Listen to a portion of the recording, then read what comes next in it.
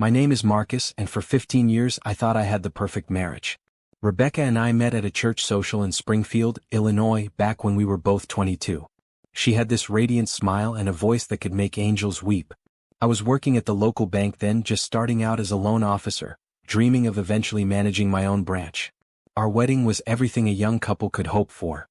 Rebecca wore her grandmother's dress, I wore my father's tie, and the whole congregation sang as we walked down the aisle. We bought a modest 2-story house on Maple Street, painted it yellow with white shutters, and settled into what I believed was domestic bliss. Rebecca joined the church choir almost immediately. She had this pure soprano voice that became the centerpiece of every Sunday service. Pastor Williams always said she was gifted by God himself. I'd sit in the third pew every Sunday, watching her face light up as she sang, feeling proud that this incredible woman had chosen me. For years, everything seemed perfect. Rebecca would come home from choir practice on Thursday evenings glowing with excitement, telling me about the new songs they were learning, the upcoming Christmas cantata or Easter special. She'd hum melodies while cooking dinner, practice scales in the shower, and sometimes sing me to sleep with old hymns. I was promoted to assistant manager at First National Bank when I turned 30. The extra money meant we could finally think about starting a family. We'd been trying for a couple years with no luck, but the doctor said everything looked fine, to just keep trying and stay relaxed.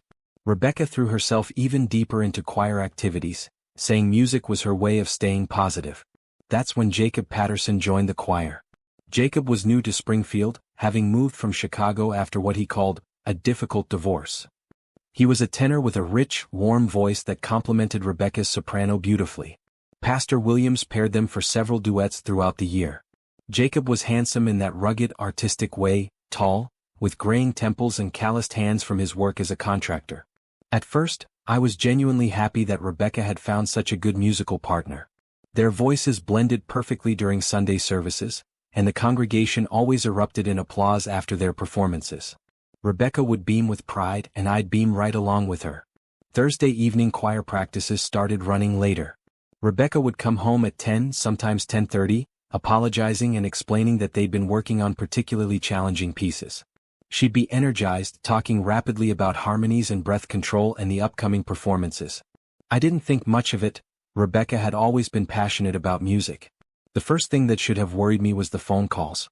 Rebecca's cell would ring at odd hours and she'd step outside to answer, claiming it was Jacob calling about choir arrangements. When I'd ask what was so urgent that couldn't wait until Thursday practice, she'd wave her hand dismissively and say I wouldn't understand the technical aspects. Summer arrived and the choir planned an ambitious project. They would perform at the regional gospel competition in Chicago. Rebecca was beside herself with excitement. She and Jacob would perform a particularly difficult duet that required extra practice sessions. Suddenly Thursday evenings weren't enough. They needed Tuesday evenings too, sometimes Saturday afternoons. I started working longer hours at the bank, partly because we were understaffed, but partly because Rebecca seemed so busy with her music that I felt like I was in the way at home. When I'd get back from work at 7 or 8, she'd already begun to practice. I'd heat up leftovers and watch television alone, falling asleep on the couch more nights than I cared to count. The weekend of the Chicago competition, I couldn't attend because of a banking conference in St. Louis. Rebecca assured me she understood, kissed me goodbye, and promised to call with results. The choir won second place, and Rebecca was over the moon when she called that Saturday night. She and Jacob's duet had been specifically praised by the judges. When she returned Sunday evening, she seemed different somehow. Not bad different, just distant. She'd sit at the kitchen table staring out the window, humming melodies I didn't recognize. When I'd ask what she was thinking about, she'd snap back to attention and smile that radiant smile, but it felt forced. August brought a new development. The choir had been invited to perform at a wedding in Decatur, about an hour's drive away. It was a Saturday evening ceremony, and they wouldn't return until late. Rebecca was apologetic about missing our usual Saturday movie night, but she said the opportunity was too good to pass up. That Saturday I decided to surprise her. I drove to Decatur with a bouquet of roses, planning to sit in the back of the church and surprise her afterward.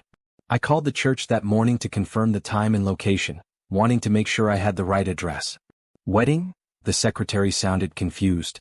We don't have any wedding scheduled today. Are you sure you have the right church? I called 3 more churches in Decatur. None had weddings that day. None had heard of any choir from Springfield performing. My hands were shaking as I hung up the phone. There had to be some explanation. Maybe Rebecca had gotten the town wrong. Maybe it was a private ceremony at someone's home. Maybe the secretary was new and didn't know the schedule. I spent that Saturday walking around our house like a caged animal. Every rational explanation I invented seemed flimsy. By evening, I was sitting in my car outside our house, watching for Rebecca's headlights, rehearsing the conversation in my head. She came home just after midnight looking flushed and happy. Her hair was slightly messed, her lipstick gone. She had that same distant, dreamy expression I'd been noticing more often. "How was the wedding?" I asked, trying to keep my voice casual. "Oh, it was beautiful," she said, not meeting my eyes. The bride wore this vintage lace dress and the flowers were everywhere. Yellow roses and baby's breath. The whole church just glowed. She was lying. I could tell because Rebecca always looked directly at people when she spoke. It was one of the things I'd first loved about her. Now she was staring at the wall behind my head, her hands fidgeting with her purse strap. I didn't sleep that night. I lay in bed listening to Rebecca's steady breathing, wondering how long this had been going on. Was I losing my mind? Was I paranoid and jealous over nothing? But the evidence was piling up. The late practices, the mysterious phone calls, the fake wedding indicator. The next morning was Sunday, and we sat in our usual pew for service. I watched Rebecca in the choir loft, watched the way she looked at Jacob during their duet. There was something intimate in their glances, a private communication that excluded everyone else in the room. When they hit the final note together, holding it in perfect harmony, Rebecca's face showed pure joy, the kind of expression I hadn't seen her direct at me in months. After service, we were standing in the church fellowship hall drinking coffee and eating homemade cookies. Rebecca was across the room talking to Pastor Williams about the upcoming fall concert series. Jacob was near the dessert table, and I found myself walking over to him. "Great performance today," I said, extending my hand. "Thank you, Marcus," Jacob replied, shaking firmly. Rebecca brings out the best in my voice. There was something in the way he said her name, too familiar, too warm.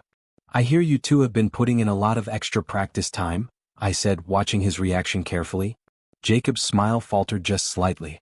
"Well, you know how it is. Perfect harmony doesn't happen overnight." The double meaning hung in the air between us like incense.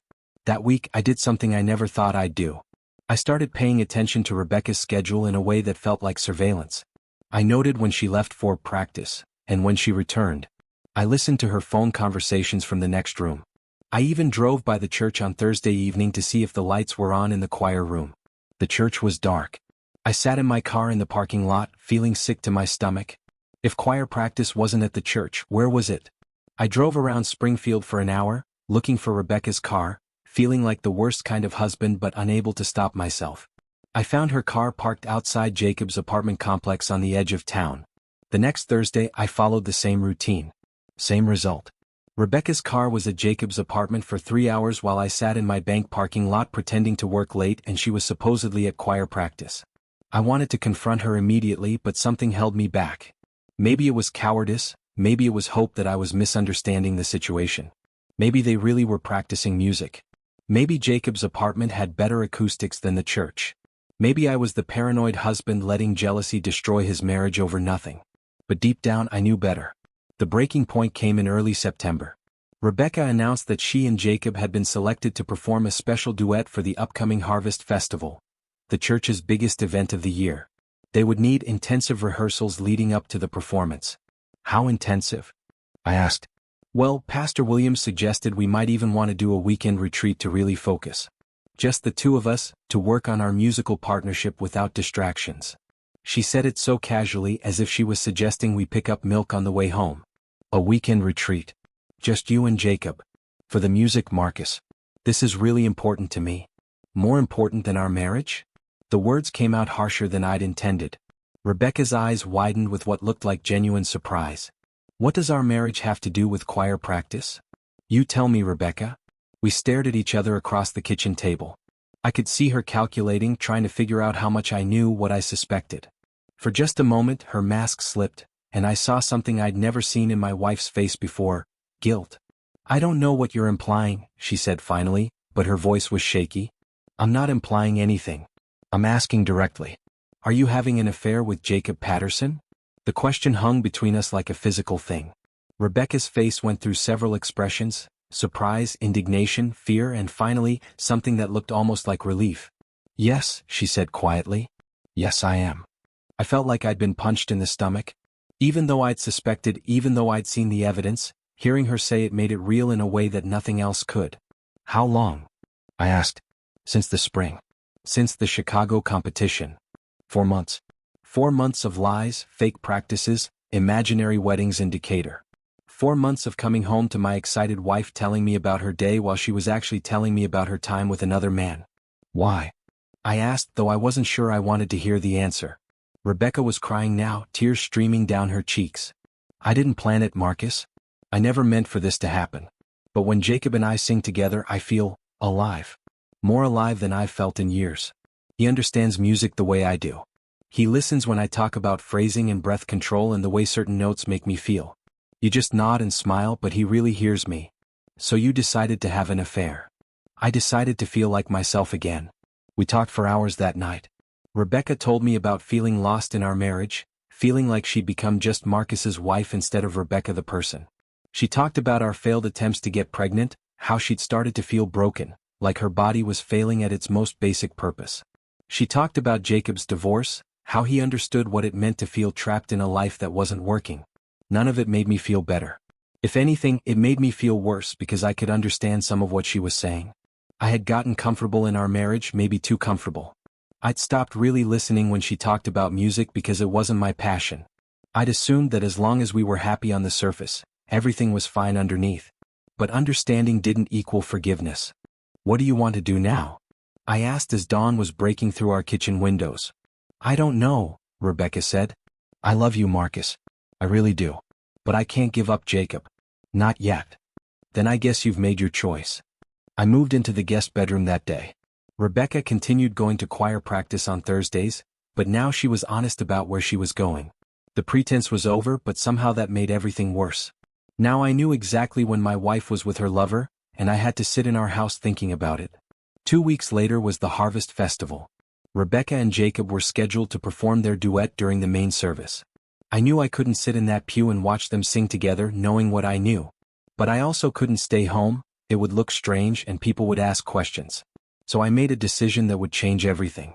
The Saturday night before the Harvest Festival, I printed out copies of every photo I'd taken of Rebecca's car parked outside Jacob's apartment. I'd been documenting their meetings without really planning to do anything with the evidence, but now I had a purpose. I also printed bank records showing withdrawals from our joint account on days when Rebecca claimed to be at church events that didn't exist. Sunday morning, I dressed in my best suit and drove to church early. I found Pastor Williams in his office, going over his sermon notes. Pastor, I said, I need to talk to you about something important. I showed him the photographs and the bank records. I told him about the fake wedding in Decatur, the false choir practices, everything. Pastor Williams's face grew graver with each revelation. Marcus, I'm so sorry, he said finally. I had no idea. I want to handle this publicly, I told him. Today. After their performance. Pastor Williams looked uncomfortable. Are you sure? This kind of confrontation could be very damaging to everyone involved. More damaging than letting it continue? We agreed on a plan. After Rebecca and Jacob's duet, Pastor Williams would ask them to remain on the platform for a special announcement. That's when I would present the evidence to the entire congregation. The service proceeded normally until it came time for the special music. Rebecca looked beautiful in her blue dress, her hair perfectly styled. Jacob wore a dark suit and stood close enough to her that their shoulders almost touched. When they began to sing, a hymn about faithfulness and eternal love, their voices blended in perfect harmony. The congregation was mesmerized. I watched faces in the pews, saw the way people smiled and nodded appreciatively. Mrs. Henderson in the front row had tears in her eyes. The Johnson family was swaying slightly to the music. Everyone could hear the beauty, the connection between the two voices. When the song ended, applause filled the sanctuary. Rebecca and Jacob smiled at each other, and I saw that intimate look pass between them again. Before Rebecca and Jacob returned to their seats, Pastor Williams said, standing up, Marcus has something he'd like to share with the congregation. I walked to the front of the church on unsteady legs. Rebecca's face showed confusion, then growing alarm as she saw me approaching with a manila folder in my hands. Many of you know that Rebecca and Jacob have been working very hard on their music together. I began, my voice carrying clearly through the sanctuary. What you don't know is that their partnership has extended beyond the church walls. The sanctuary grew very quiet. I could hear the ventilation system humming. I opened the folder and pulled out the first photograph. This is a picture of my wife's car parked outside Jacob Patterson's apartment last Thursday evening, when she told me she was at choir practice here at the church. Gasps and murmurs rippled through the congregation. Rebecca's face had gone white. This is another picture from the Thursday before that. And this one is from 3 weeks ago. I held up photograph after photograph. While you've all been admiring their beautiful harmony on Sunday mornings, Rebecca and Jacob have been meeting secretly twice a week for the past 4 months. The sanctuary erupted. People were standing up, looking back and forth between me, Rebecca, and Jacob. I heard Mrs. Henderson gasp, "Oh my word," and saw the Johnson family staring in shock. Furthermore, I continued, raising my voice above the murmurs, Rebecca lied to me about performing at a wedding in Decatur 2 weeks ago. No such wedding existed. She spent that Saturday evening with Jacob while I sat at home trusting my wife. Jacob tried to step forward. "Marcus, let me explain." "Explain what?" "That you've been having an affair with a married woman? That you've been making a mockery of this church and this congregation?" Pastor Williams intervened. "Perhaps we should discuss this privately." "No," I said firmly. "This has been happening in plain sight. All of you have been watching them perform together, praising their connection, their chemistry. You had a right to know what that connection really was." Rebecca was crying openly now. "Marcus, please, not like this." "Like what? Honestly? Publicly? The same way you've been performing your fake marriage every Sunday while carrying on with him?" The congregation was in chaos now. People were standing, talking, some heading for the exits. I could see phones coming out as people started texting and calling others who weren't present. I turned to face Rebecca directly. "I want a divorce." Those 4 words cut through the noise like a knife. The sanctuary fell silent again. "I've already filed the papers. They'll be served tomorrow. I'm keeping the house since I can prove adultery. You're free to be with Jacob without having to lie about it anymore." Rebecca sank into one of the platform chairs, sobbing. Jacob looked like he wanted to run. Pastor Williams stood frozen between us all, clearly wishing he was anywhere else. I walked back down the aisle through the stunned congregation. People I'd known for 15 years stared at me with mixtures of sympathy, shock, and curiosity. When I reached our usual pew, I stopped and turned back. "Oh, and Rebecca? That beautiful song you just sang about faithfulness and eternal love? You might want to learn the words." I left the church and never went back. The fallout was swift and brutal, exactly as I'd planned. By Monday morning, the story was all over Springfield. Rebecca's reputation in the community was destroyed.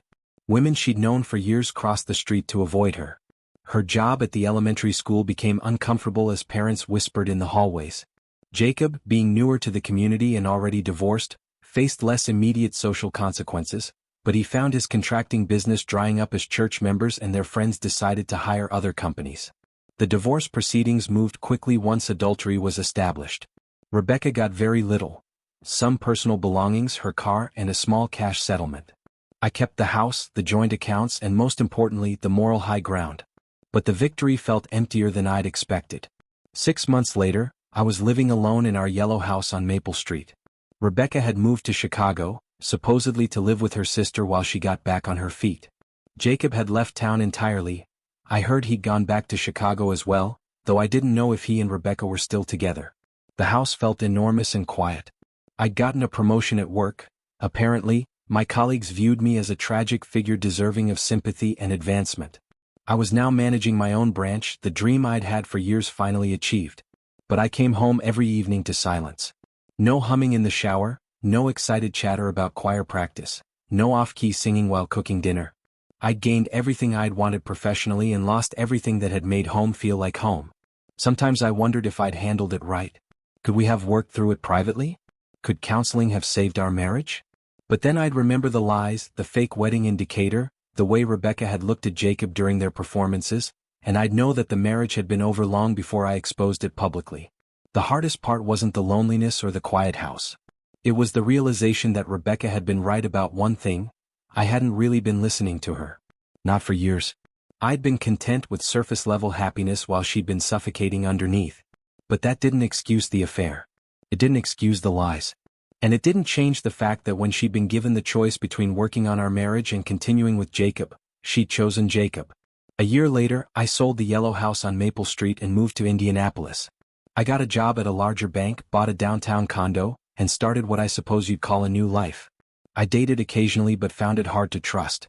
Every time a woman mentioned working late or having plans with friends, I'd find myself wondering if she was telling the truth. I never remarried. I threw myself into work, got promoted twice more, and eventually became regional manager for a chain of banks across Indiana. I made good money, lived comfortably, and by all external measures I was successful. But I never sang again.